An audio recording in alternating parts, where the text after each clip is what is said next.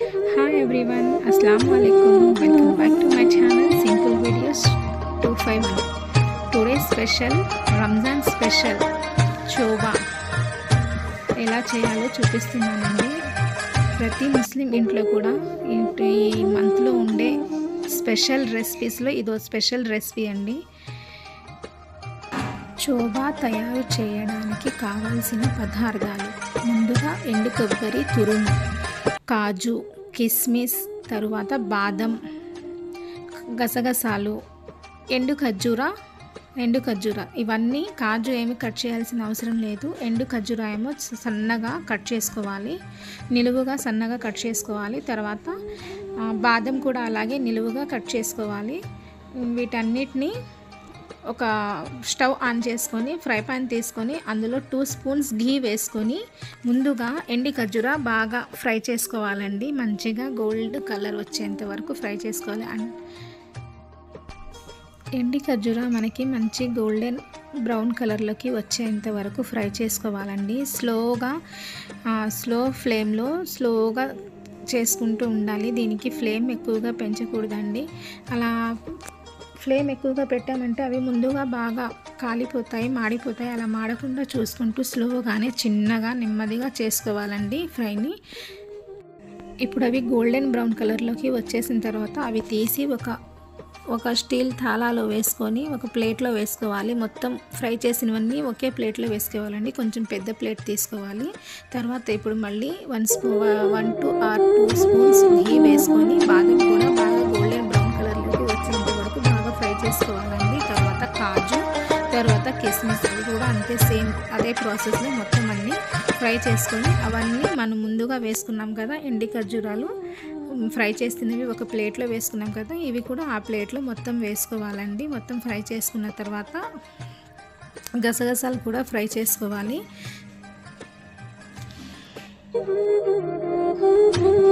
రంజాన్లో ప్రతి ముస్లిం ఇంట్లో ఈ చోబా అయితే తప్పనిసరిగా ఉంటుందండి. 2 రోజుల ముందుగా చేస్తారు, లేదంటే రేపు పండగ అనంగా చేస్తారండి. ఇది చాలా టేస్టీగా ఉంటుంది. ఇది హెల్త్కి కూడా చాలా మంచిది. అన్ని డ్రై ఫ్రూట్సే ఉంటాయి కనుక ఇది హెల్త్కి చాలా మంచిదండి. మనకి వెండి కొబ్బరి కూడా చాలా మంచిది కదా హెల్త్కి. కొబ్బరి బెనిఫిట్స్ కూడా చాలా అందుతాయి ఇలా తింటే. మనం సుక్కే సేమియా అని చేస్తామండి. ఆ సేమియాలో ఇవి మిక్స్ చేసుకొని తింటారు. ఆ రెసిపీ కూడా ఇంకోసారి ఎప్పుడైనా మీకు షేర్ చేస్తాను. ఈ వీడియో మీకు నచ్చినట్లయితే నా ఛానల్ని సబ్స్క్రైబ్ చేసుకొని షేర్ చేయండి. ఎవరికైనా చిన్న లైక్ ఇవ్వండి.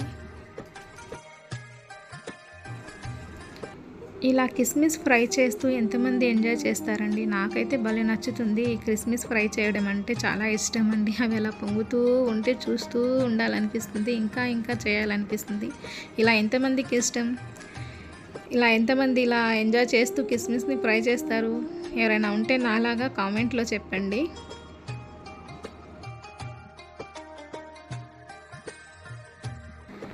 కిస్మిస్ ఫ్రై చేసుకున్నాం కదండి, ఇవి కూడా తీసి మనం ముందుగా పక్కన పెట్టుకున్న ఆ ప్లేట్లో ఇవి కూడా వేసుకొని 1 by 1 అన్నీ వేసుకోవాలి. తర్వాత ఇప్పుడు మనం గసగసాలు ఫ్రై చేస్తాం కదా, ఆ గసగసాలు ఫ్రై చేసేటప్పుడు అందులో మనం ఘీ ఏమీ యాడ్ చేయాల్సిన అవసరం లేదండి. ఎందుకంటే ఆల్రెడీ ఫ్రై ప్యాన్కి ఉంది ఘీ. కొంచెం ఆ ఘీలోనే ఫ్రై అయిపోతుంది ఆ గసగసాలు అనేవి.